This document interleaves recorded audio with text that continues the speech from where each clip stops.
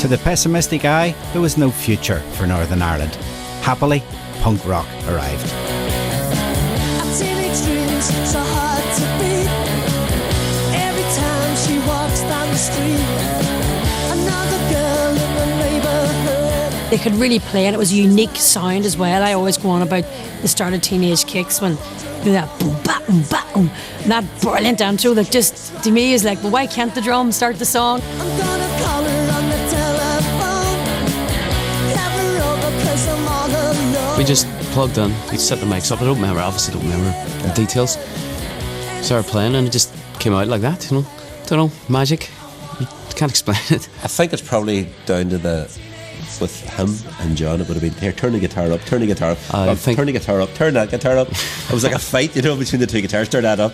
So I think it's like, suddenly you reach this area where all the guitars sound great. But to be honest, I've never got that guitar sound ever again.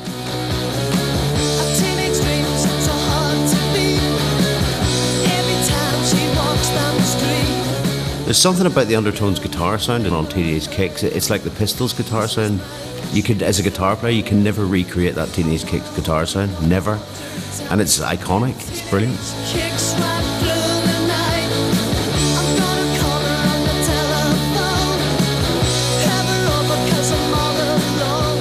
Teenage Kicks was unbeatable. Even now, it's an anthem that brings out the fan in so many musicians. It just seemed to be so confident and so sparkling and so gloriously poppy that I just wouldn't imagine that sort of song coming from here. It just totally blew me away. When I found out they were Northern Irish, I was just so proud, you know, and especially from Derry, you know, my full family are from up there.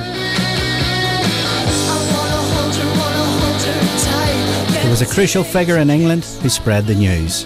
DJ John Peel. John Peel played it and he said, isn't that the most wonderful record you ever heard? And for the first time ever in history of Radio 1, he played it again.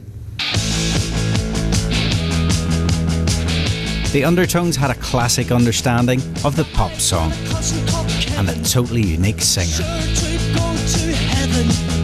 We didn't sort of tell him what to sing or anything at the start. He started singing and that's the way the Fergal Sharkey voice came out, you know. It was like, wow.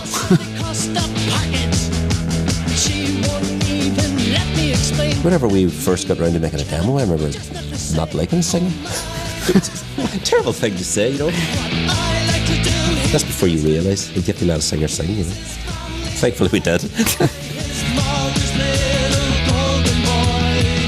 The Undertones were funny and sharp and self-aware. They were pure Derry.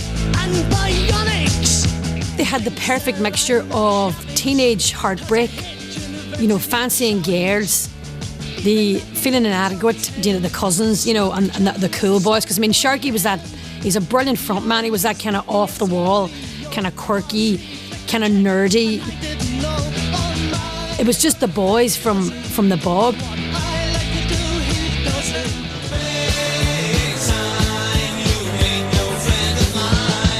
Punk rock excitement was everywhere. It even had its own record label, Good Vibrations, founded by Terry Hooley. Punk was my hippie's revenge. We tried to hand you the flowers and you beat us up. Look what's happened to society now. You've got punk. It didn't matter whether you're a Catholic, Protestant, whether you had pink hair, whether you're from Mars. I mean, as long as you were a punk, that was uniting force. And I just thought, this is absolutely brilliant. This is doing my old anarchist heart good. The label's first single, Big Time, by Rudi. Terry's importance really, it can't be overestimated because he encouraged people, you know, and he was a great ideas man. And before that, people just laughed at you and sort of thought, you know, these are just stupid kids, they'll grow out of it. But he took you seriously, and then because of the contacts he had, he was able to actually do something about it. We'd never been in a recording studio or anything, and Terry was able to go, right, well, we'll do this, and we'll do this, and we would never have thought of that ourselves. I remember when the record arrived back, it was amazing to open this box and here's this record, and you put it in a record player, and you know, it was Rudi. It was great. That there, to us, it was always a secret how you made that, and now every kid in Northern Ireland should know how you make a record. how easy it is. It was time to celebrate life in Belfast again, to go back to the city centre to visit clubs like the Pound and the Harp Bar. The Harp Bar was in Hill Street. It was one of the oldest bars in Belfast. It looked like a derelict building outside, like barbed wire around and a security gate to let you in. Inside, it looked almost derelict. It was black. The toilets didn't have actually cubicle doors on the cubicles, and when you went outside it didn't look any sort of different anyway in the main dance area. It was a very intimidating place if you weren't part of that crowd, but to us it was like home. I mean, it was like, it was the punk club in Belfast, and it was us against the world. I mean, and that's the best thing there is at that age. The Outcasts were contenders, so were Roof Wrecks and Protex. Victim had their moment, and so did Big Self.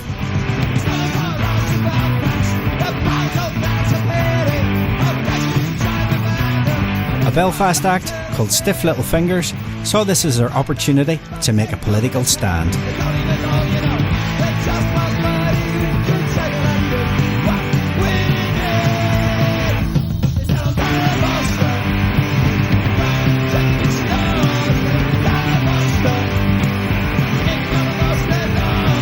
Four kids from Belfast, writing about their troubles, and this is the great political rock band we've all been waiting for. It sort of took us back a bit because, as far as we were concerned, anything we'd written was just about our own lives. We didn't see ourselves as the great political voice of the disaffected youth in Northern Ireland, whatever the hell they wanted to say we were,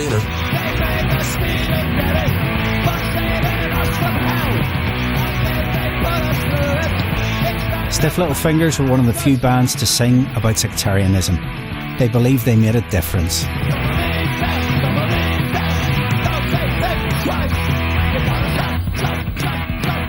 We'd met a couple of kids after a show who said that because of the influence of the band and lyrics, they thought twice about getting involved with their local paramilitaries. And I mean, all party politics and so on aside, that could well have been a couple of lives saved.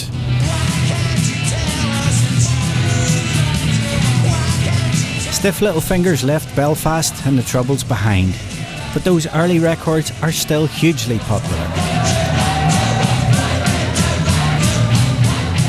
Everything that the band did then and was involved in, I totally stand by. There are a few music lovers out there that think that maybe we should have learned to play the instruments before we actually cut a record, but no. This exciting period was no bad thing for the Moondogs from Derry. And for another Belfast act, the Starjets. We did it the old-fashioned way. We got all our equipment and put it in a van and sort of got the ferry over and sort of drove down to London and sort of slept on people's floors and we eventually got some songs, wrote some songs and got a record deal. Brought out a couple of singles on CBS, one of which was a track called War Stories, which got to 47, which was made us pop stars in Belfast, got on top of the pops.